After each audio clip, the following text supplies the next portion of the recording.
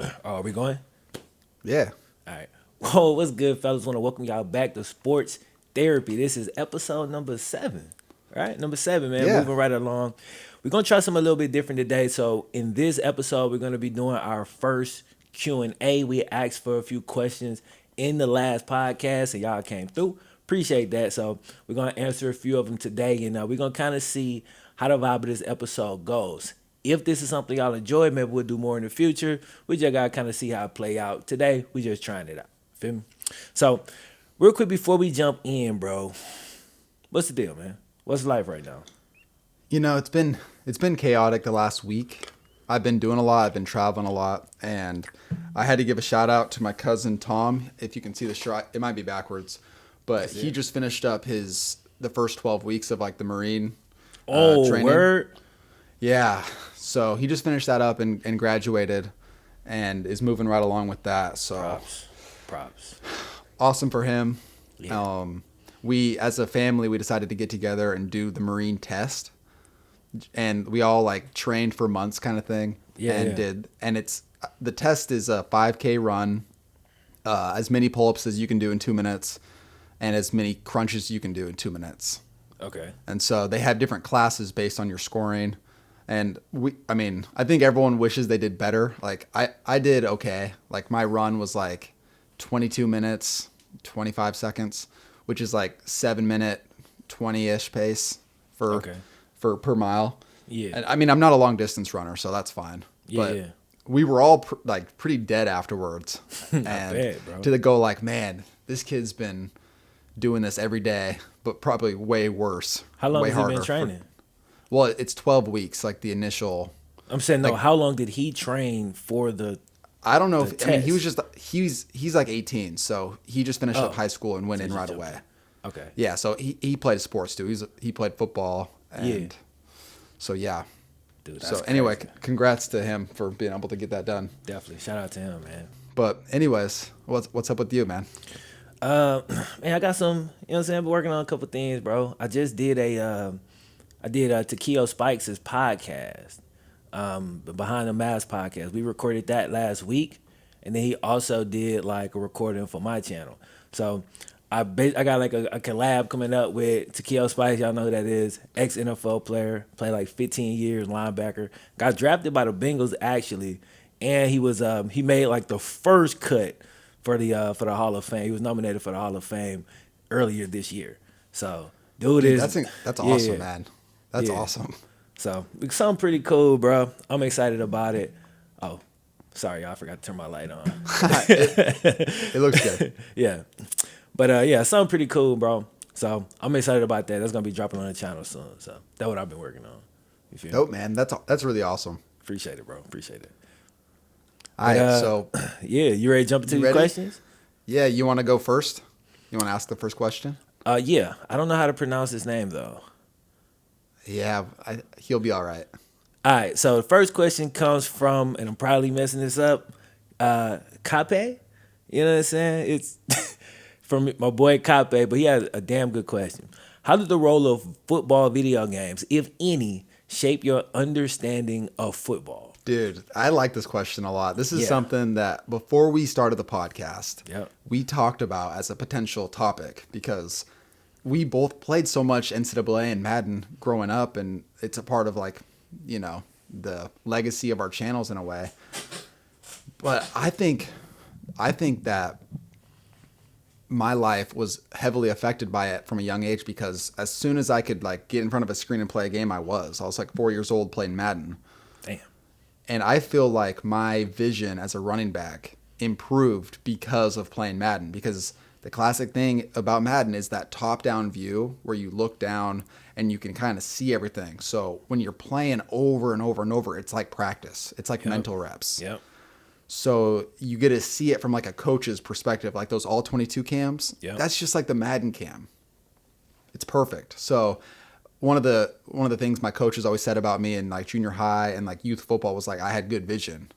And I have to give a lot of credit to Madden. So that's my initial thoughts on it. I think there's concepts, especially now with when you get Madden and you do the tutorial mode, it'll be like, oh, here's like a cover 2 and here's plays that beat a cover 2. Here's Yeah. cover 3, cover 4. Here's what they can do. Here's concept routes. Here's Yeah. why you run this guy deep to pull this guy. And that's like showing kids at a young age how to do it when, before Madden, it would have been like, oh, you go to football practice and try to teach kids the most basic things, which is much harder to do when it's just kids. Yeah. Like trying to get a bunch of kids on the same page is really hard. But if you have all these kids playing Madden and understanding the concepts, like, I don't know. I think there could be some weird alternative method of teaching kids how to play football from a young age by using the video game. Now, from other sports, I don't know. I'm sure that there's probably the similar things, but football specifically, because of the schemes and just like the different formations and lining up and seeing where the defense is, being like, okay, well, they have too many guys here. We probably shouldn't run that play.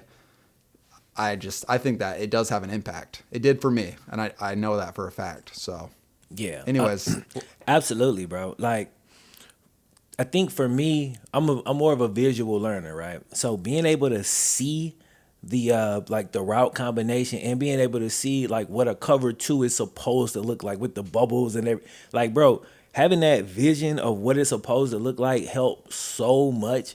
And kind of when you play the game, especially I'll go and look at the replays, right, and just kind of run in slow motion trying to see what I did wrong on a certain play. Maybe I threw a pick, and seeing how, and obviously it's not perfect, but seeing how like a safety might react if they're in a certain zone to like this outside go route, that helped me understand where I need to be. If I got this post, if I need to be running that thing a little bit more skinny, if I need to flatten it out to get underneath the safety, and just kind of understanding how the defense is moving. So that's me looking at it as a receiver. You know what I'm yeah, saying? I feel like it helped me a ton. It helped me understand basic coverages. It helped me understand like basic releases and like how to get off the ball. You feel me? So yeah, it actually it go a long way, man. Like what you were saying about mental reps. I mean, and you might be familiar. Like they did a study like a while back with guys. It was like a free throw. It was a study on free throw shooting. So they had like 3 different groups. They tested everybody in each group, and then they gave them like 4 weeks to practice. 1 week practice with a real ball. I mean, one group practiced with a real ball for 4 weeks.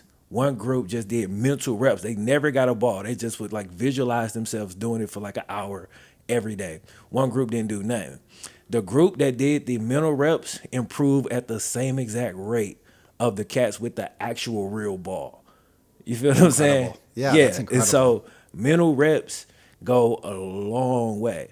So you can definitely get that in in video games and being able to do it virtually where you don't need any help. You don't need a group of people. You can do it by yourself. You don't even have to like your physical conditioning is no Yeah, no longer even a energy. variable. Yeah. Yeah, exactly. It's like if you dog tired, you could still do this mental workout and take something from it. You feel me? So yeah, Yeah. it go a long way. And like you said, it don't really work the same way in other sports because it can, but generally when people play 2K, they don't like. Some people actually go in and set their playbook and run actual plays. For those people, they'll get the mental reps. But most people Yeah. on 2K I've seen, they come down, they spam the crossover, spam the step back, and just Yeah. you know what I'm saying, put that joint on easy and go in. But for Yeah. football specifically, it go a long way, I think.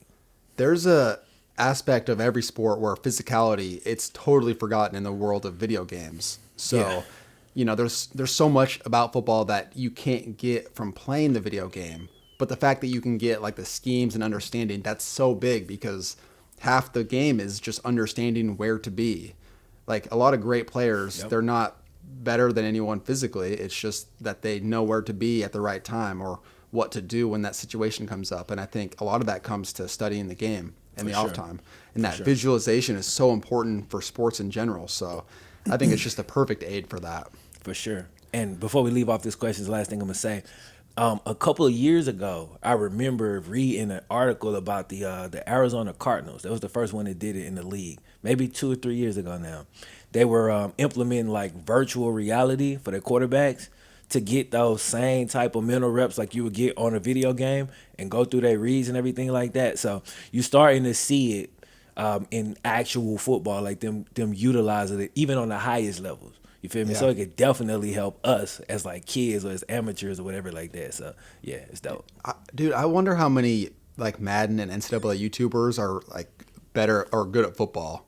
Like all the See, dudes it who have big depends. channels. It depends, bro. Because a lot of Madden players that are really good are Madden players. Like they're not really. They don't really look at it like football. They look at it like, okay, this money play right here breaks the game because this guy can't cover the swing route. Like the Yeah. coverage breaks down. It's just in the game. You feel what I'm saying? So a lot of Yeah. Madden play, and I hated Madden for years because of that. Because I could pick up NCAA, and I wasn't the greatest player, but the way I played was fun, and I could have success because I just use real football concepts. I don't know. I never looked up NCAA gameplay tips. Like I don't know the cheese, like unless I just figured it out on my own. But I'm just playing the game the way I see it. You know what I'm saying? And I'm going through like that. So that's why I always appreciated NCAA over Madden. And even though recently I've played more Madden because NCAA doesn't really exist anymore. But Yeah. that was one of the things that kind of separated it for me. Dude, could you imagine being like a high school football coach and having your playbook just look like the Madden play art and you just like downloaded it from the game and you Bro, actually ran those plays? Coaches do that.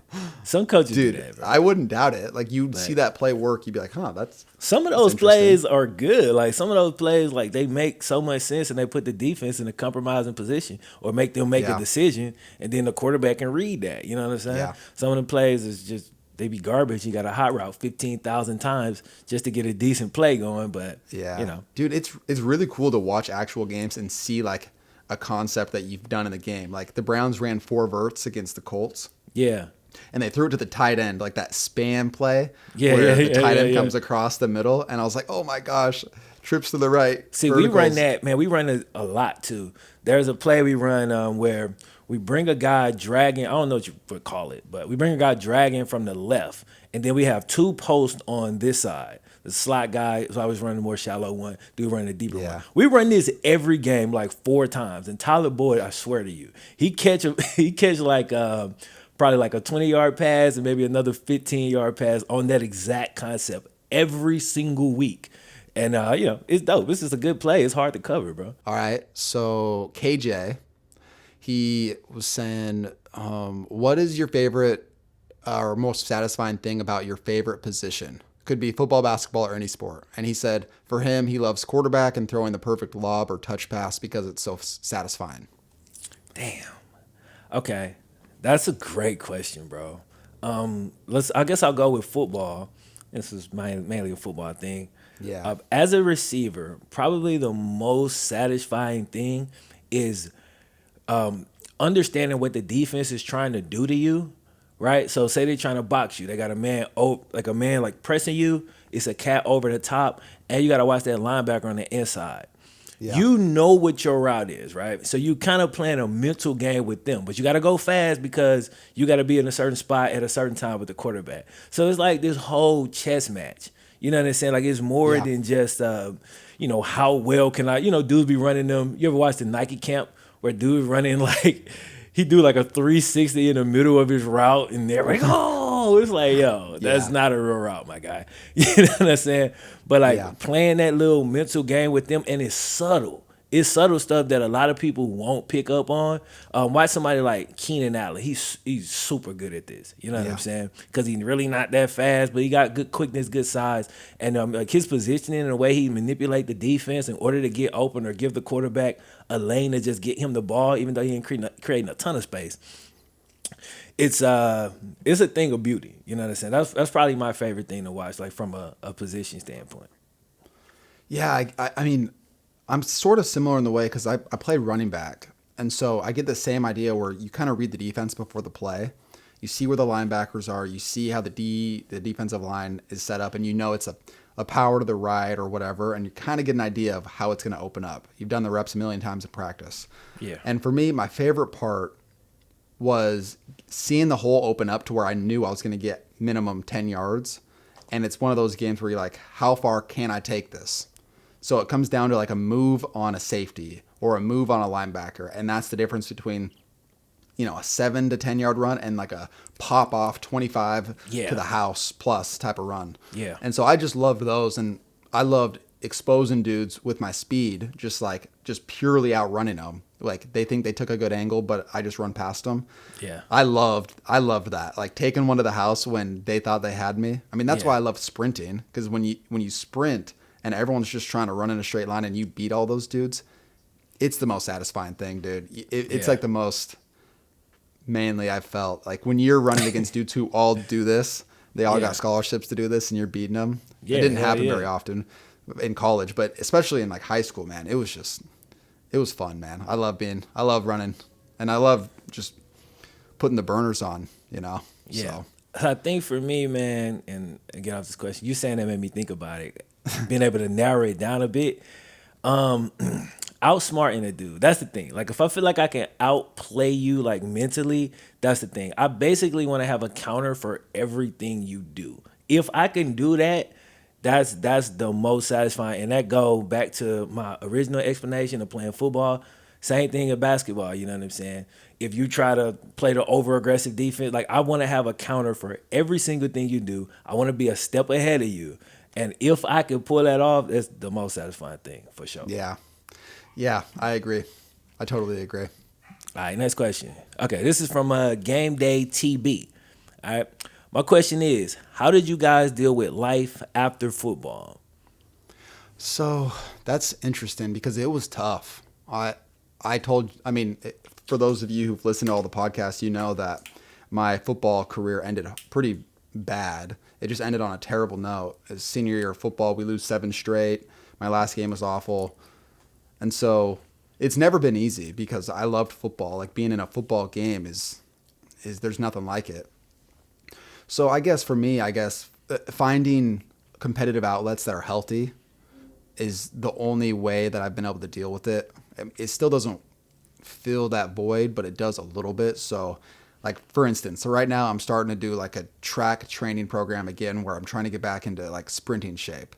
I'm about to turn 25. I'm entering kind of the prime physical part of my life. So I want to be able to get the most out of my athletic ability. So for me, that's how I'm handling it. I think other people might do other things. I think a lot of people just like to work out, you know, kind of sculpt their body or whatever. And that's totally fine. Just for me, I'm too competitive to not do something where I'm pushing myself, and going against myself is much better than trying to compare myself to others. So that's my way of dealing with it. Yeah, it was a lot easier for me just because I got a lot of interest anyway. You know what Yeah. I'm saying? So when football was over for me at the time, it didn't even like really hit me because I looked at it more like, okay, now I have an opportunity to lean into some of these other things that I've been wanting to do anyway. You know what I'm saying? So I kind of fill my time with that. I kind of lean more into the creativity. I start working. I basically just replaced that with a whole bunch of other stuff. But I know that that's been something that's super difficult because I got a bunch of friends who have struggled like mightily with that. You know what I'm saying? Yeah. They still to this day kind of trying to find their thing. So it could be a hard thing. So what I would say is you just really gotta find another passion or another few passions and pour yourself into that, you know. And then eventually, it could take the place of football for you, at least somewhat, to get you Yeah. through. Yeah, passions, dude, are everything. If you don't have a passion that you're working towards, then you're just living to work. And that Yeah. sucks. And that That sucks. sucks. That So, sucks. yeah, finding passions, man, that's like always the next step. Man, one of the questions I always ask people, bro, like if we end up in a conversation like with a stranger, like a one-on-one especially or a small group, I always ask them like, yo, so what are you most excited about in your life right now? You feel me? Yeah. And when they can't answer that question, I'll be like, yo, bro, you gotta find something that you excited about every day. Like if you working your ass off, you doing all this, find a time, bro. You gotta find a time for some type of passion or something that you excited about every day when you get up. Cause if not, like you said, this thing gonna just feel like a sentence. You know what I'm saying? It's gonna feel like you're Yeah. doing a bid out here. You know what I'm saying? Instead of actually enjoying your life. You know? Yeah. Yeah, exactly. That's what I've been trying to work on because, you know, sitting around playing games and kind of just working and just kind of getting through the days just is not satisfying enough to ever want to continue that, you know?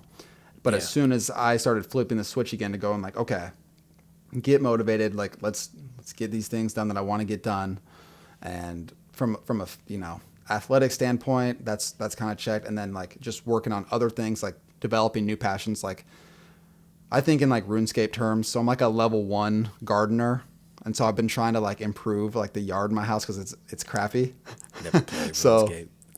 I was completely lost, but I get dude, it. I get the point. everyone my age played RuneScape. That's a fact. Boom. But I get that to I don't know. Actually, that'd be an interesting question. I think a lot of people played it because that was like the game in 4th grade to play. Okay. And it's one of those things where I kind of glamorize all the things in my life that I liked. So for me, I think in RuneScape terms. So I'm like right now, okay, I clean my house. I'm like a level 2. I can do it, but I'm not great. And I don't think it's a good idea to like do that, but I just do. So out of curiosity, that's how it is. How high do the levels go? Well, in RuneScape, it goes to 99, and that's like, it's just like skill mastery, and then you continue to get XP, but you don't go past 99. Yeah. So if you're going to use that in life terms, then just take you want to that get same metaphor and use it in terms of like your NCAA overall, right? If you're a level 2 right now in RuneScape, what would that make you as a player, as a Road to Glory player in NCAA? Like a level, like a 65 overall or something? Like my skill in the video game? No, I'm saying use the same metaphor because that's terms that I understand. That's a different. Okay, so I'm gonna throw the RuneScape terms out the door. Okay, so like my gardening skill would be like a 60 overall. Okay, like I'm like a guy that you don't want in the game. Yeah, my cleaning ability is like 72. Like, okay, you put me in there, like, I could pass. Like, you might not notice me. I can get it done, but I'm not going to save the day. Yeah. And, my athleticism, I don't know. I don't know if I can rank my own athleticism because I think too highly of how good I am. So, I don't know. That's a hard one to say. All right, so Fred George asked, let's say YouTube doesn't exist and you guys are not YouTubers. Where would you see yourself 5 years in the past, present, and I guess 5 years into the future? Yeah, this is a dope question. It's actually an incredibly hard question. It is. I'll try to answer it. All right. So if YouTube did not exist 5 years ago, so 2015. That's funny because that was about the time that I kind of got the bug again to do creative stuff. Now, coincidentally, a lot of the videos and stuff I watched that ended up moving me in that direction I saw on YouTube, but I'm just assuming social media still exists, so I probably just saw those on Twitter or Facebook or something like that, right? So I still saw those.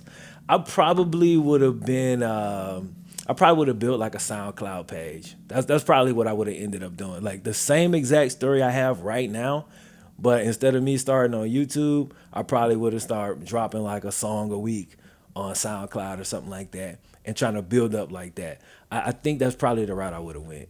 You know what I'm saying? So that means presently I would be not like big, but I have enough fans to like make a living on what I'm doing. Probably about the same level I am on YouTube. You know what I'm saying? Probably about the same exact level, but just doing music instead. You feel me? And then 5 years in the future, I'll probably just be doing that, honestly, for the rest of, pretty much for the rest of my foreseeable future. My foreseeable future, yeah, until it's time to retire, you know. Dude, that'd be wild to take that approach because, you never know. But with your kind of the way you do things, like you said, one song a week, I'm just like imagining you grinding that. Exactly, because the way I would have came into it, I would have looked at it exactly how I looked at YouTube. Like, okay, if I'm trash but consistent, it's going to take me this long. I could still get a fan base. If I'm okay but consistent, I'll get a fan base a little bit faster. And if I'm pretty good, then it'll go a little bit faster. But either way, if you just continue in my opinion, if you just continue going on something and finding every way to kind of promote yourself as much as you can and separate yourself as much as you can and just doing all those little things over and over and over, I have no doubts in my mind that I would have found a way to make it work. Yeah, your formula worked, and YouTube's hard enough to make it anyway. Yeah. So who's not to say that it wouldn't have worked? Yeah, like I think it would have. I don't think there's any way to say it wouldn't have. Like there's evidence that it would. Yeah. What about you? I guess looking back at 2015, I was in my freshman year of college. freshman to sophomore year, and I wasn't on YouTube yet. At the time, I was trying to stream on Twitch and do track. Okay. And I was very focused on just trying to do those. The thing was, I was sort of lost in that way that I didn't know what I wanted to do with my life. That's why I ended up dropping out of school when YouTube started taking off, because I was like, I finally have something I want to go do. So I'm just going to invest all into that. Yeah. So if YouTube never happened, if I just never took that leap, or it doesn't exist, and you're talking 2015, I probably would have fizzled out with track. Like, I was losing motivation by the year. It was just a struggle. I probably would have ended up graduating with the degree that I did, even though I didn't like it. I don't know, man. That's like, it's like scary to think. I'm just like, I only wanted to do two things in my life. I liked YouTube, so I wanted to make YouTube videos, and I liked sports, so I wanted to play sports. And I didn't think much past that until recently, like the last few years. Like, I was just like, oh, one set track. I want to do what I want to do. No one can tell me otherwise. Yeah. So I guess present day, I'd probably have some sort of personal training job or coaching, because I would have been like, I need that competitive fire back. So I probably would be like coaching like high school football part-time or something while being a personal trainer. Yeah. And going into the future, man, I don't know. Maybe at some point I would have had like a reality check. Like, I need to do something I want to do. And dude, this is a hard question. I really don't know. Question. It really is, bro. It's the 2016 YouTube starting for me literally changed the course of my life so much that I don't know. It was not looking good in the way that, like, I had never built a foundation of education being important. So who knows if I would have even made it through college. And then I don't know what would have happened there. I probably would be working with my dad at his restaurant. So I don't know. Yeah. I mean, I'm not trying to sell myself too low. I have a work ethic. It's just that it's a work ethic and things I want to go do. And YouTube was perfect for that. So I guess it would have just translated somewhere else. Maybe being a coach, I would have been like a really good coach. I still think I can be in the future. I'm not ruling that out. So yeah, that's about all I can say on that. Yeah. Hey, Fred George, bro. Fire question, dog. So for the next question we got from Joshua Donathian. What is a weird pet peeve that you have? I kind of want to relate this to YouTube, just to kind of keep it while I'm thinking about it. I don't know. I think I get annoyed with comments when they're not about the video at all. Like, when it's just a video. Like, I used to get so many people who'd be like, you should do this video, or you should do this. That was very common. Yeah. Or it would just be like random. Like, it wouldn't be a comment related to anything about the video or me or anything.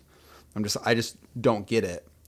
And so I guess even like constructive criticism would be better than that. Like, I don't like hearing someone say, oh, I don't like your voice. Because I really used to, I feel like I've gotten a lot better with my voice, but back in the day it wasn't that good. And people would always give me crap for it. So that bothered me. But at least it was more of like a thoughts about the video in some way. When there's no thoughts about the video and you're just randomly saying crap, I'm just like, what's the point?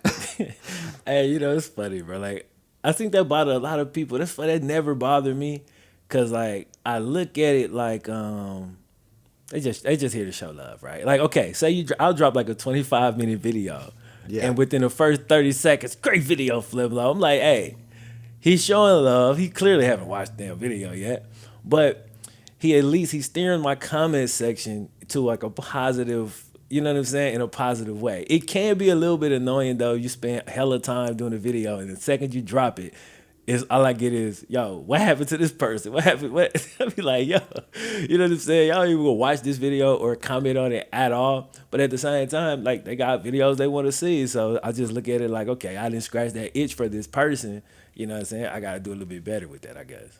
Yeah. I mean, it's not too big of a deal. It's just like a dumb little pet peeve. It's just like yeah. I mean, the thing is, that hasn't really bothered me that much recently, because after the first, like you said, we've talked about it before, after the first few hours of an upload, after that, the people who are commenting are usually randoms anyway, who just have nothing else to say but something random. Yeah. And so then if you pay attention too much to that, then you'll get sucked into it and worry too much. Yeah. And then when you're so focused on your videos, analytics and comments, then it's just frustrating. Yeah. So as a creator, you have to find a way to be able to compartmentalize that. Upload it, be happy with the product. Okay, show some love to people who came to see the video, and then move on. Yeah. And I've struggled with that in the past. Like I've hung on to videos that done well, and I'll just keep checking them to make myself feel better, and then be down and out when a video didn't do as well as I'd hoped. Yeah. And that's just like the up and down that I don't want to be on that train. I just want to be moving forward. It's so tough, bro. I've struggled with that too. In that, like, okay, reading comments, it is trying to like not overreact to any comment, right? So if I read a comment that be like, "Yo, Flimlo, you the best YouTuber on the platform," right? Feel Yeah. good, but I can't just take that all the way in, because if I do take that all the way in, and the next one say, "Hey, Flimlo, you trash, bro. Like, this is terrible." You feel me? If I value this one, I gotta value this one at the same level. You feel me? So Yeah. each one of them, I gotta look at and be like, okay, what did I do for this person to feel like I'm the best content creator on the whole platform? You know, I want to give a little bit. I want to continue to give a little bit of that. The negative person, I'm like, okay, what did I do to piss this person off and make them think my video is trash? Yeah. I want to do a little bit less of that, and just trying to balance it is kind of hard, bro. No, it's damn near impossible. Let's just keep it real, bro.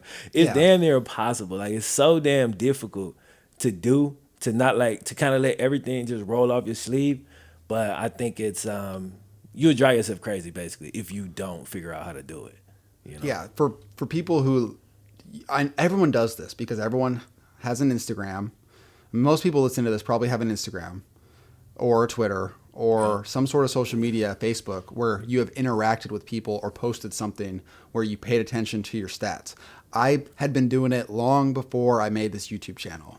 It just gets amplified when it's a YouTube channel because you get so many more comments and views, and people look at that from the outside and they go, whoa, I want to be like that because I just want to see those views skyrocket. I just want to see, like, there's people who have channels where all they do is like take a stream of a game or something and then just upload it, and they get views from that, and that makes them feel good as if they did anything of value.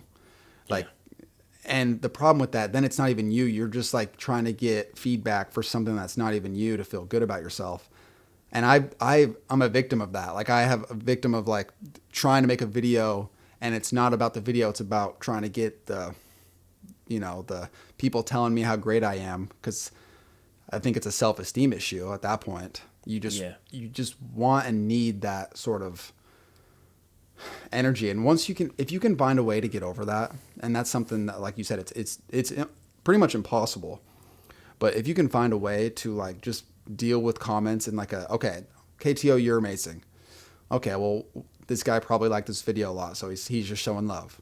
Yeah. KTO, this like too many ads. I'm not watching another one of your videos. Okay, well, the ads pissed him off. Yeah. Or a lot of the times people react and they get upset because I said something bad about their team. So if you take a dig at someone's team or a dig at someone's player they liked, they will find a way to hurt you. And the only way to do that is some harsh comment. Yeah. And so once you realize that, you're like, it's almost laughable. Like, you can read comments that are mean and you just like, it's nothing. Like, they're just mad because I said the Giants suck or whatever. Yeah. And so then that's made it easier, those kind of things, because rarely do people have like a constructive criticism basically saying you're the worst thing ever. Like, that doesn't happen. But if it does, I guess if you can look at it and analyze it and get a better understanding of like where they're coming from, it's not as impactful. It doesn't dig as deep. It doesn't cut as deep because, I'm kind of rambling, but. No, that's good. That's what I want. Like, that's what I want the question to do, to lead into a nice, like a string of thought. You feel what I'm saying? Yeah. For me, man, I guess a pet peeve for me, something that just pisses me off, that I just hate, is I hate people with like a fixed mindset, right? Meaning they think that like because something is the way it is, it can't possibly change. You feel what I'm saying? And it carry over into every aspect of their life. That annoy me so bad, bro. Like, I'm trying to think of a good example. It could be literally anything. It could be like somebody who got like low self esteem when it comes to playing basketball because their jump shot is trash. And I'm like, bruh, hella people jump shots was trash. Like, what are you gonna do to fix it? Like, here's what we can do. And I'll come up with a plan for them real quick on the spot. All right, this is what we gonna do. And then they're like, yeah, but or they're like, yo, how do I make YouTube videos like you? And I'm like, well, this is what I did specifically. And then like, I ain't really, you know what I'm saying? I just hate when people don't have like any aspiration to make shit the way they want it to be. Like you can literally shape your life into what you want it to be, but instead of doing that, a lot of people just complain and deal with the same exact problems over and over and over and never address it. That annoys the hell out of me. I see it the most like in people that I know, like friends or family, stuff like Yeah. that. And when I'll try to throw them like a little game, and not saying like, yo, I'm perfect or my life is perfect because it damn sure ain't. But I'm saying I feel like it's improved. You know what I'm saying? It's improved over the last few years, man. Here's a couple things you can do. And like they don't want to take any action. They just want to sit in the complaint. It's like they almost like complaining. Like they almost prefer it. You know what I'm saying? It seemed like. So that's one thing. And then the other thing is like random negativity. I hate random negativity. Like I hate if I post a completely neutral comment or I see a completely neutral comment, somebody always got to take it and try to make it into something negative. I saw a video the other day on Twitter. It was a video of LeBron and Kobe during one of the Olympic practices, right? And it was like a bunch of clips of them just basically communicating on the court, right? Oh, you got this man box out, boom, boom, boom. Check the comments. Oh, Kobe was better than LeBron was scared to shoot. This he was schooling. It's like, bruh, like this video ain't got nothing to do with that. That's what you Yeah. took from this. Like I watched it and was like, bro. So at the top level, communication is key. Look how in tune these dudes are at practice. Look how intense they are. That's what I took from it. Yeah. I don't understand how people can look at that and LeBron is 4-6 in the finals. It's like what do they got to do with anything, bro? Yeah. It's like they can't help themselves from immediately going to like a negative place that leads nowhere, by the way. Every single post that they see or every single thing you bring up is like some negative place they can take it and they just steer that thing there every single time. Like they can't wait to get over there, bro. It's unbelievable and it pisses me off. Like I hate that. You know what's funny? You're describing me in a lot of ways. So I'm just sitting here and it's like, okay, I do those things. I'm not a person who just goes to like Instagram or Twitter and talks a lot of shit. Like I don't do that. But Yeah. I've done it in the past where like something will happen. I'll be like, yeah, but he sucks, or like anything. Like I think we've just all 'cause done it. I think we've I all will done be. it. A lot of the times I'm in a negative mindset, and that's one of the things I'm trying to change. But I am just in that negative mindset, and I know a lot of people feel this way because when you're deep in that negative space, then you're trying to bring everything down to your level. Oh, someone's having a good time and they have a smile on their face. You're so pissed because they're happy and you're not. That Yeah. you, instead of trying to get to their level, you just want to pull them down to your level. So you're like, yeah, I'm in control. Like, yeah, see, this is Yeah. how bad it sucks. This is my life. Yeah. And so I've been doing that for so long that it's like second nature, and it Yeah. sucks. But I mean, I think my bad. You had something to say? no. I mean, there were some other things that you said in that I felt were valuable because a lot of the times it's just people who can't get over their fears of things. Like you were describing the jump shot thing. Like I feel like if we were hanging out more in person, that kind of stuff would happen more often with you saying things to me and me not accepting it because of my ego, being like, oh, you're probably right, but I because you said it and it wasn't from me, I'm just gonna like It's keep like- doing the same old BS. I guess my life experiences have made me feel that way because I remember I told a story like when I was super young. I literally had a nickname, Nohan, because I could not catch, and I parlayed that into a football scholar, like the only person in my class to get Yeah. a football scholarship to play receiver. You see what I'm saying? And so I changed it. When I was young, I was bad at basketball. I wasn't naturally good at basketball. I worked on my game. I got better. When I got in sales, I had never sold anything in my life. Like I said, I didn't even sell snacks in school, but I worked on it. I've got not just I got better. I literally got to the top of these things, Yeah. at least in my little bubble that I was in. You know what I'm saying? Yeah. The top of my store and in my little region. And I went from having no experience or being really bad at it, like, cause I'm not really like a people person. Like I know a lot of people might think that from YouTube, but one on one I'm good. So I just learned my strengths, bro. Like I went into sales and I was like, I'm bad with crowds. So when a family come in, what do? I talk to them real quick. I give them a little space. I figure out who making a buying decision. I separate them. You feel me? I get Yeah. them from everybody. I get everybody else a drink. Hey, y'all, sit down, look around, boom, boom. Get the phone over there. So I could have a conversation because I'm good at one-on-ones, right? And so that's what I would do. And I just learned how to, and I feel like anybody could do that. What are your strengths, right? Figure out how to put yourself in a position where you're using your strengths most often. And then the stuff that you're bad at, you got to bring that up. But you ain't got to necessarily make the thing you're worst at the main thing you do. Like find what you're good at, do that the most, bring everything else up to a competent level, and you can find success. You feel what I'm saying? And so when people don't see it my way when it comes to that, it aggravates me. I ain't gonna lie. I get it, dude. It's tough because I think you're very successful in a lot of things you do because of your mindset. And I think there's so many people, and I've been in this position where you just don't get things done that you need to get done, or you let your fears beat you or whatever. Like someone who's like, oh, I want to go out and do this, but then they never do it.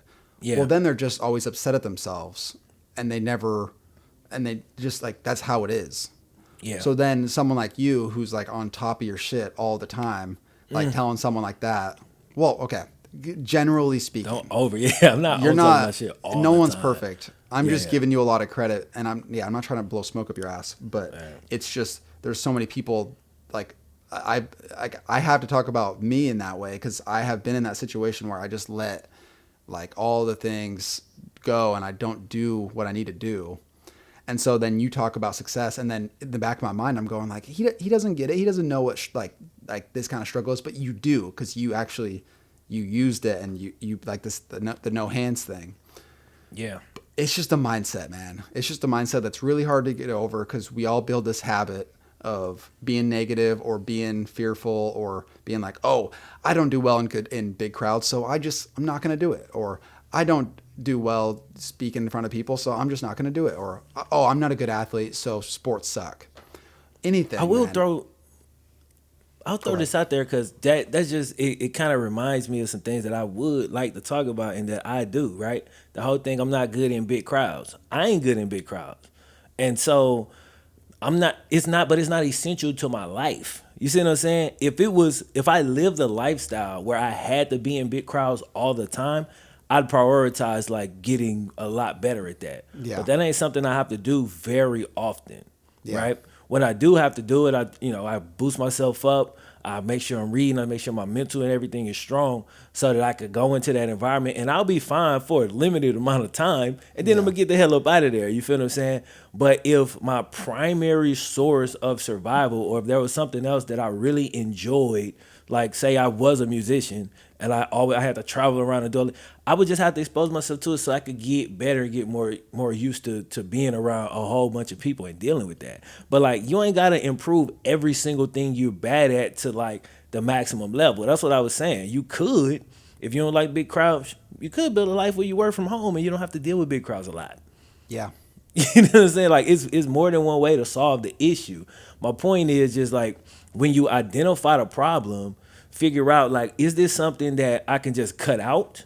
Or is this something that I'm going to have to get better at because this is a key way for me to survive? Or maybe my wife really likes rock climbing and I'm scared of heights. Well, I could let my relationship suffer and not do that activity with her, or I could kind of get over it, you know what I'm saying, and work to get over it. It's going to take time, obviously. But you just got to decide, like, is the thing essential to your life? If it is, then you need to improve at it. If it's not essential to your life, you can figure out new ways to not really have to deal with it, at least not too often. You know what I'm saying? So it's a couple of different ways you can address it. It just really depends, you know? Yeah. Yeah. I think that's a good way to wrap that up. That went a lot longer on that question than I thought it was going to go. Yeah. All right, so we'll wrap those up right there, man. Maybe we'll do a few more in the future. We'll see, just depending on like what the response is if y'all like those. If y'all did, bro, on the YouTube channel, make sure y'all clicking the thumbs up button on all of the podcast apps. Make sure y'all giving us a good rating. We appreciate it. Now we're gonna jump into Sunday's games. All right. Sweet. Do you want to go first, Yeah, I'll go or first. you want me to go first? All right, Yeah, talk to dude. me, bro. Browns played the Steelers, division How'd that game go? rivalry game. You know, Browns was smoking hot going into this thing. Yeah. What happened? Talk to me. A big reality check happened. That's what happened. Yeah. Dude, the Steelers are so much better than I thought because they've been in that weird state of they didn't know how healthy Big Ben was in the past. They've had different quarterbacks playing. They brought in Fitzpatrick last year. They're Minka Fitzpatrick.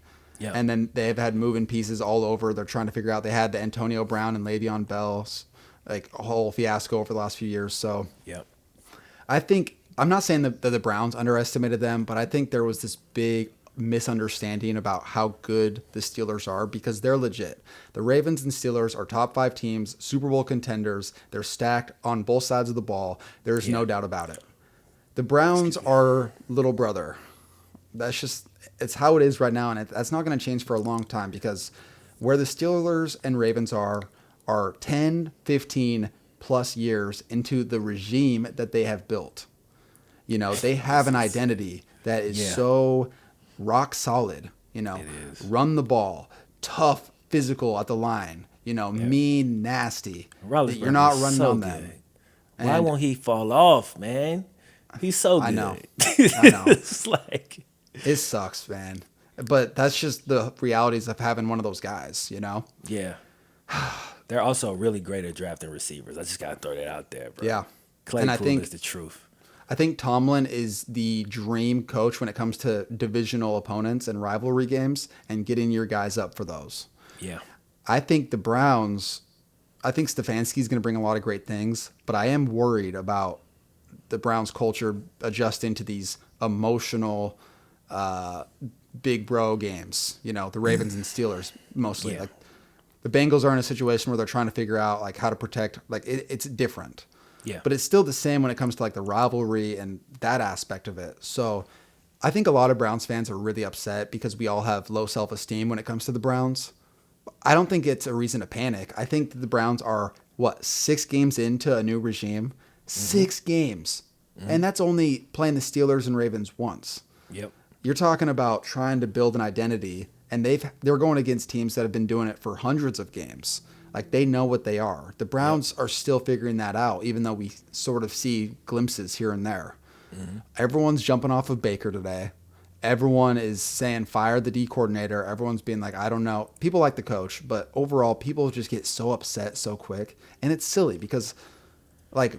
Baker's not great when he's under pressure and they're losing the game and he's trying to play hero ball. But God, he's had so many coaches and we're just trying to figure out an identity. So I think yesterday was just a good reality check for everyone. Like, okay, this team's good. The Browns are good. Yeah. But there's so many things that they have to work on. They're not a Super Bowl contender. They don't do well when they get punched in the mouth. Okay, we know that. Now, let's see how they continue. Very well. Yeah. They are built to run the ball and maintain the clock and then force turnovers when the other team tries to get in the game. That's what they are. And that's going to win them a lot of games. And so it's going to be excited from that aspect. They'll be an 8 to 10 win team. That's great. That's a step in the right direction. Thanks. And I think yesterday, after being so upset, I kind of had a realization that's like, look, patience, man. It's so hard to be patient when you want to be great and you've never seen it. Mm-hmm. But that's the key, man. The patience with this coach and this front office. It'll continue to evolve. We'll bring in guys to help the defense next year. Everyone will continue to get better under a new system, like the connection to Jarvis, Odell, the receiving core, the tight ends. You keep the same coaches in, and you build that continuity. The Browns are so young, and they're only 6 games in. At the end of the day, I'm okay with it, and I think that was a good game for that kind of reality check. I'm not saying I'm happy about it because now I'm like, oh, well, there goes my kind of like, my head was full of like, wait, is this team a Super Bowl team? Like, Could they? Like, oh, they just continue to run the ball well. Like, no, like reality check. Yeah. Let me So ask you that's this. Let me ask you yeah. this. As a Browns fan, what do you think the next few steps need to be in order for y'all to get to that Pittsburgh Baltimore level? I think they need to continue to get punched in the mouth in those games to like get in that, like to understand that, because it's so easy when you run a good designed first drive and it scores a touchdown and you get a crazy turnover, all of a sudden you're up 10-0 and then you maintain that. It's much Yeah. easier to do that. There's so many coaches who know to do that. But what happens when your kick returner fumbles the ball, or you get a stupid, like, it's like one of those 50-50 turnover plays that wasn't your fault? How are they going to respond over time? Are they going to continue to do this thing where, okay, Baker throws the pick six and it seems like everyone's just like deflated and it's like, okay, we have to play hero ball now. When are they going to get out of that, and when are they going to take the punch and then get back up on their feet? I think Yeah. that's kind of the next step. I think we're going to see them get back on a little win streak, and if they don't, then there's alarms, like red alert, we're in trouble. But I think we'll see against the average teams, the Browns will look like they did against the previous games, like how they were. Their offense will continue to improve. And I think that's important for confidence, but they have to get punched in the mouth a few more times. It'll happen at least twice this year. They play the Ravens and Steelers again. Have y'all played any average teams? I feel like y'all played two really good teams and a I bunch of bad teams. Here's the Have thing. there I been think an average team? I The think Colts. Y'all did play the Colts. Colts are tough bet Yeah, because I the think Colts they're are average. average. They They're are average with a good defense. Yeah. The Cowboys are. I think they're It's good. hard to say because their defense is so bad. So I think that kind of makes it tough to now Maybe look it back and go. balances out in their average. You Yeah, could so I'd that. say two average teams, and then I would have to say Washington's way below average. Yeah. Haskins was really bad, Yeah. and the Browns didn't even win that game that like handily. Like it seemed like they could have lost at the end if one or two things didn't happen. If Haskins didn't throw two terrible passes. So that's Yeah. that's like the tough part of like analyzing this team, but that's important. That's the first step. Okay, we handle the teams we're supposed to. Yep. That's step one. Yep. Now get up for big games and handle getting punched in the mouth. That's kind of the next step. And that'll take time. I'm okay with that. Let's just see this team continue to win the games they have to and work on that. You're not going to get Baker against Hall of Fame level Big Ben or, MVP level Lamar Jackson and expect him, like, we know what he is at this point. But he can continue to improve. Go ahead. How much do you think he can improve? Like, do you think Baker is the guy that can take y'all to the level that y'all want to be at? I haven't seen enough from him in big games and being down, like, to say whether or not, like, I don't know. I think the problem is everyone goes, oh, he's a slow processor. He always bails on the pocket, like all this stuff. It's like, dude, he's in his third scheme. As a rookie quarterback, he ran one thing. As a second-year quarterback, he ran another thing. And then as a third-year quarterback, it's a whole different thing. Yeah. It's like, I don't care how good you are. I don't care if you're Tom Brady. You would have to learn the nuances of this system. And he went from a different system in Oklahoma as well, like the air raid offense. It's different. So I have to see this season and I have to see next season before I truly know. Did Ryan Tannehill run a similar offense to what he runs now in Miami? I don't know. I couldn't tell you. I don't Does he? think so. I don't think it's that similar. I'm not. I didn't watch him a lot in Miami. Yeah. But when I watch Baker play, and I think I've said this before. I know I've said it before. I think I said it on here though. I feel like Tannehill has almost perfected what Baker is trying to do. Like run heavy offense, a lot of play action, and like his decision making though within that scheme, I think I think that's a lot easier than like lining 4 or 5 guys up and making the checks and doing. I think it's a lot easier than that. But Yeah. I think you can win like that if your team is built right, and that's a skill set in itself. I think Tannehill is really good at it. So and that's why I'm asking, because I'm like, I don't know, bro. I don't really think it took Tannehill that long to adjust to that type of offense. You know what I'm saying? And what Baker ran at Oklahoma was really the only time we saw him have sustained success. So I'm just I'm Yeah. curious as to what it's gonna look like going forward. You know what I'm saying? I'm just I curious. also I can't claim enough to know about quarterbacks to say whether or not, like, my gut instinct, I'm too optimistic to throw him out. I don't think he can be a MVP level quarterback given the system and given his skill set.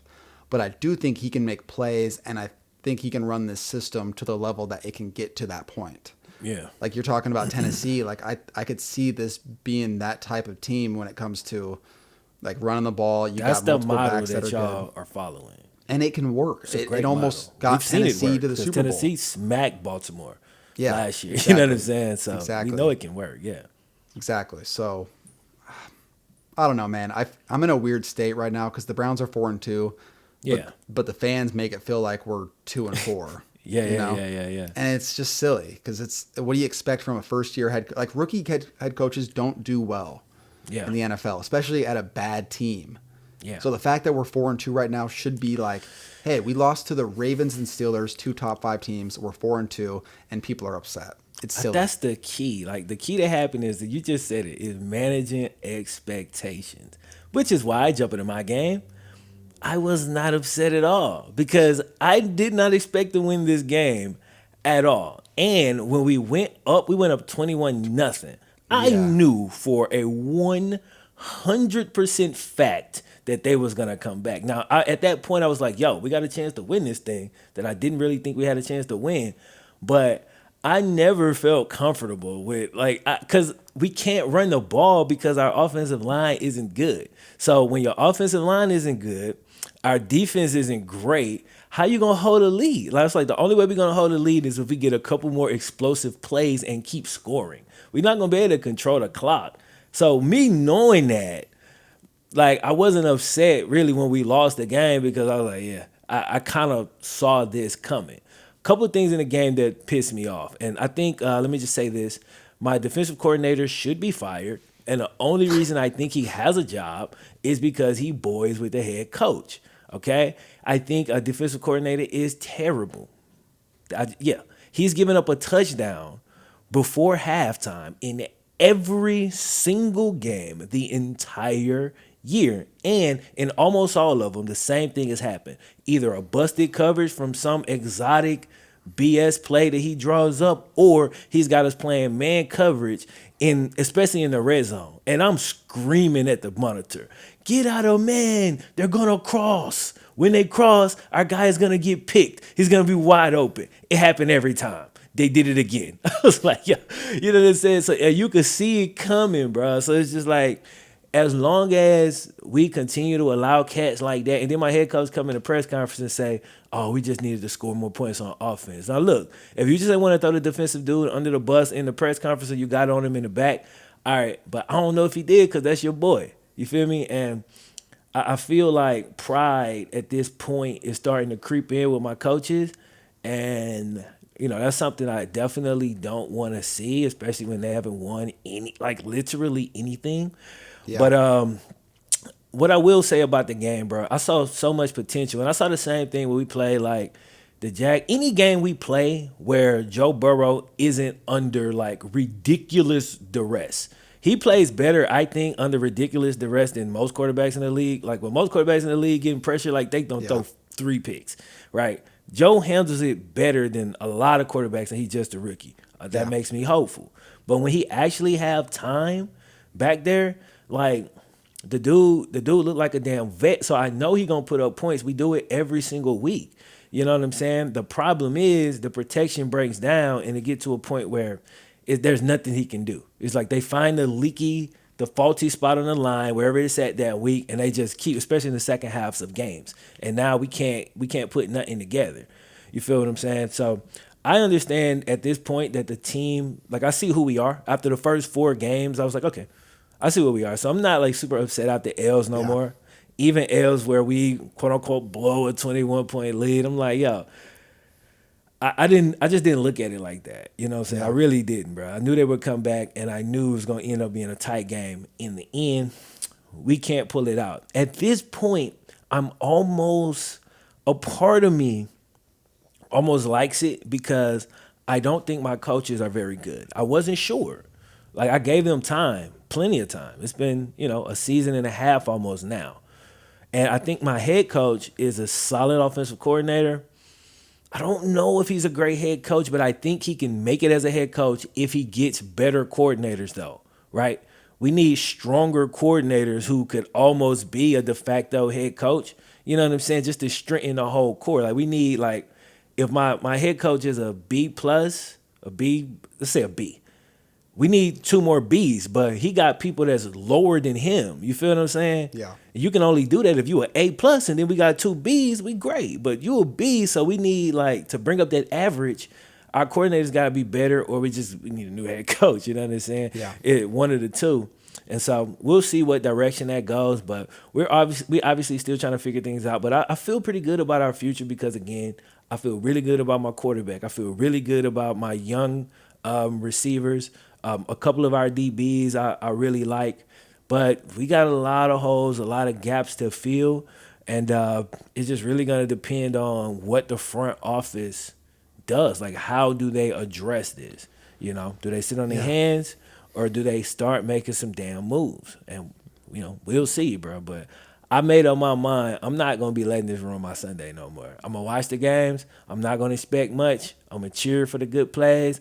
I'm going to curse them out when they had bad plays, like in my head or out loud on my TV. And then when the game go off, I'm just going to move on to something else. You know what I'm saying? I'm not going to be taking it to heart every week because it's just counterproductive. And I can't do nothing to change it at all. So it just doesn't even make any sense for me to be like letting it affect my entire day. You know what I'm saying? Yeah. Yeah, dude, that's a tough place to be as a fan because there's so many teams, the majority of the teams will get to that point where you go, okay, well, this team's not that great. They're not going to make they're not going to make the playoffs. What do I get out of watching them? So I guess I wanted to ask you, what can you get from watching the final 10 games of the season, knowing that your team is in the situation that they are? Well, I still get to watch development of my young players. That's probably the biggest thing. Obviously we got Joe Burrow. I get to continue to watch his development. I'm seeing the development of T. Higgins every week. I said this, I think last week. Every week he impresses me more and more and more. So Luke Wilson on defense, a linebacker for Wyoming, rookie. I really like him. He making hella plays out there as well. Jesse Bates is elite. I don't care what nobody say. And I've been on that train for a few years now, but now he finally starting to put the league on notice that he is an elite free safety. Now William Jackson is also good at corner over there too. And so, there's plenty I could get from it. Also, I'm such a fan that there's no way I don't watch. Even if there was nothing. Like, even when Andy was playing last year and there was nowhere to go and I'm not trying to dog Andy out or nothing like that. It's just I knew what Andy was, and I knew he couldn't elevate the team because the team was too bad. Like, that's not his skill set. Like, right? He can drive a steady ship, but when that thing getting like, you know what I'm saying, in turbulent waters or whatever you want to call it, Andy not the dude you want at the wheel at that point. And so he's also obviously older. So I'm knowing like we have no future here. So if I watch them games, I could definitely watch these games because, again, we have an opportunity, that's the key word, to be good in the future. It's just going to really come down to if we're willing to make some big changes as far as hiring a real GM and just doing things like that, bro, to bring us to where we're actually doing better at evaluating talent. Again, look at the Steelers, bro. They got Antonio Brown in like the 6th round. They just got Chase Claypool in like the 3rd round. It's like their scouting departments, and if we can look at that stuff and be like, yo, look what they're doing, bro. But we're so far to this point, we've been so stubborn, and it's weird. Like, I've never understood like people who are stubborn and unsuccessful, right? If you're a successful person being stubborn, it makes sense. Obviously, this has worked for you. But if you haven't had any success, as an offensive line coach, Jim Turner, the line is just trash, bro. They're not getting a whole lot better. The scheme, whatever you're doing, is really not working to the level that we needed to work. And the guys that you picking, they're bad, right? You picking based off the same profile that you've been picking off for the last 7 years. Not with us, but just in general. It ain't working, right? So why you keep doing the exact same thing? You bringing in the exact type of players over and over and over, and it's just kind of ridiculous. You know what I'm saying? So I'm watching. I'm hopeful that maybe something will change at on that level. Yeah. We gotta see, and other than that, it's just kind of seeing how the young players develop, and just hoping for the best. Hope we can put a Yeah. couple more dubs on the board. You know, it's interesting because we happen to be fans of the two teams in one of the toughest divisions where you just like, no matter what you do, you have to deal with two contenders in your own division twice a year each. Yep. And I think for both of us, we see the same things within our organization. It's just so hard to build that stability while also competing with those guys. Yeah. You know, it's like the two big brothers that no matter what you do, they're always there and they're always intimidating. They're always tough. And you got to be able to somehow deal with that while also building you and being okay with like, okay, they're going to be them. Yeah. We just have to continue to try to figure out us. And that's probably the hardest thing for any organization to do, because you're like, we got to beat those guys. And then when you keep getting smacked by them, you go, okay, this guy sucks. Bring in the next guy. That's what we've been doing. And you guys went kind of like, no, we'll just stick with this and we'll eventually get them. Yeah. And both haven't worked. Both haven't worked.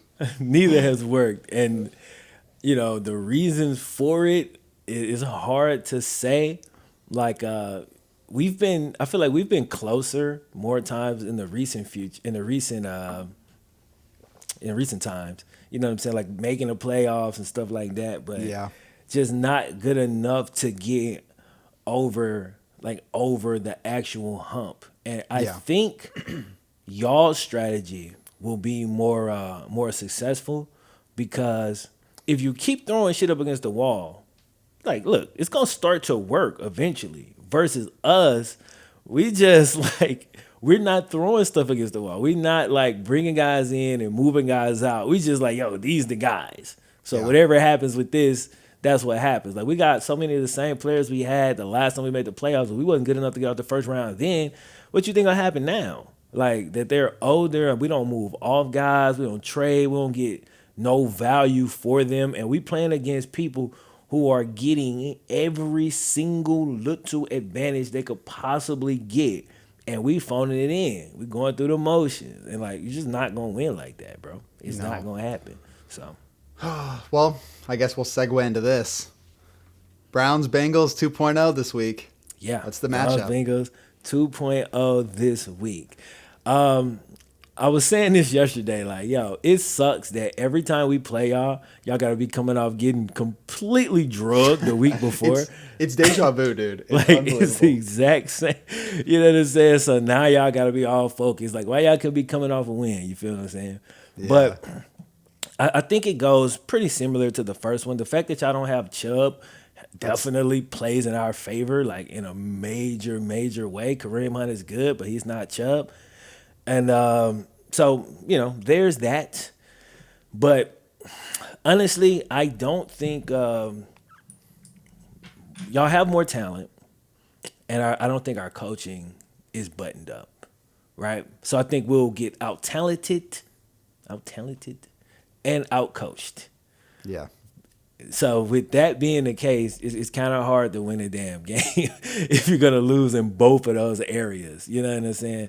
And I don't see us winning in either of those. Now look, if Baker come out there with the turnovers trying to prove a point, that's our hope. Yeah. Right? And that's every time we play y'all. If Baker come out and be like, you know what, I'm about to gunsling this thing. And last time he played us, it worked. He threw that bomb to Odell early, and once that landed, it was downhill from there. Yeah. You know? So we'll kind of see how that goes, but we'll have to make some huge plays and really just get lucky. Like, you know what I'm saying? Like, y'all better top to bottom at this point, and we really will have to get lucky to win this game. Dude, you just kind of said that about Baker. That's my biggest worry about him.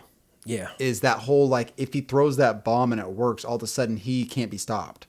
So then you know, like, we know we're going to roll. Like, if you see him complete one of those lasers to Odell across the middle for like 20 yards, you're like, all right, he's on.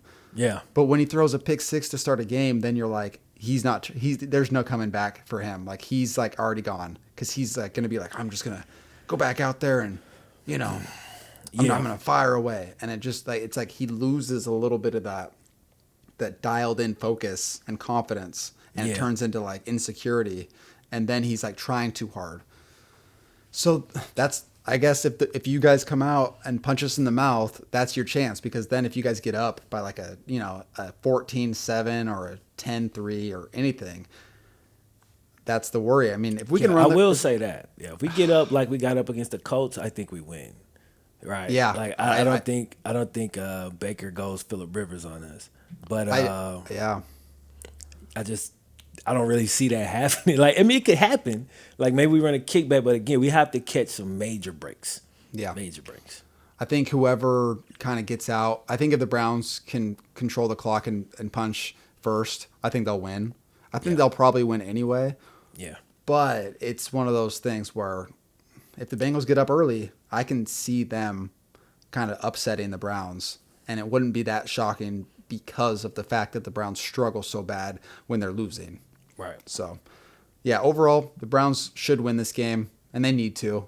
This would be a heartbreaker if the Browns lose this, just because the momentum they got, and then you got to beat us. You got to beat us because you can't beat Pittsburgh and Baltimore. Yeah. Right? So based on what we've seen so far. Baltimore actually isn't playing that great, and I think y'all got a shot at Baltimore the next time y'all play them. Yeah. But, you definitely need to beat us. Like, for us, we really ain't got nothing to lose at this point. Like, the first game we played was huge because that was going to determine kind of how our season went. If we was able to beat y'all or like play like a close game with y'all, that was going to give us hope. But at this point, we're 1-3-1, 1-4-1, something like that. I don't even know. But, so we don't really have a whole lot to gain other than, maybe some bragging rights. And it would be nice to split with a division team, with one of the division teams who is a playoff contender. It would be fucking phenomenal, right? But if we lose, it's like, okay, we already had one win anyway. It's not really that huge of a deal.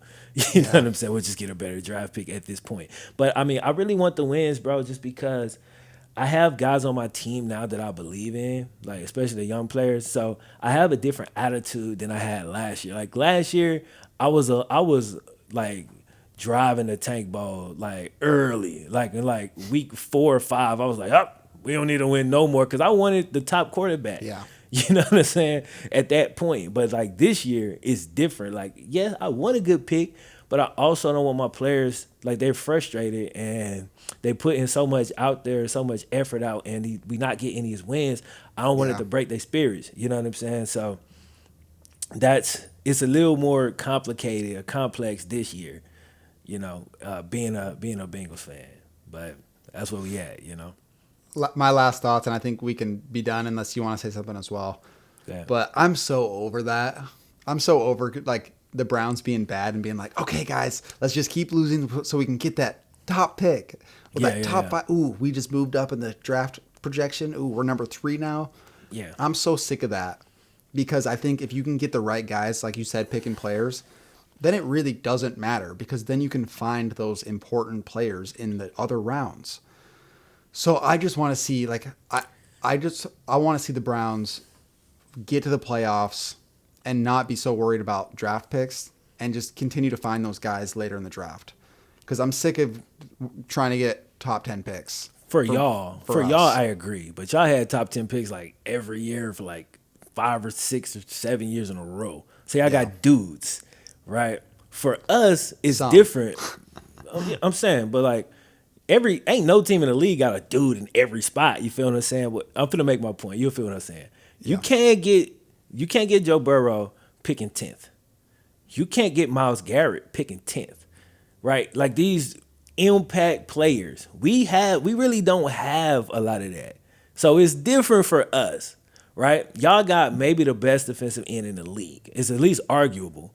And there's so many great ends that, it's tough to say that, but you could argue that for Myles Garrett right now. Yeah. We ain't got that. That dude, like you said the last time, he completely changes games. And for us, until we can get some of those players, then I might fully be out on the drafting, because again, like you say, you could draft anywhere and potentially you could build your squad, but unless you already got like a nice foundation, which we really don't, like our foundation kind of faulty. Yeah. A dude or two would be great. You know what I'm saying? Like if we could get, there probably is none, but just throwing it out there, we could get the Chase Young equivalent this year in the draft. I think we got Joe Burrow last year, so now we got anchors.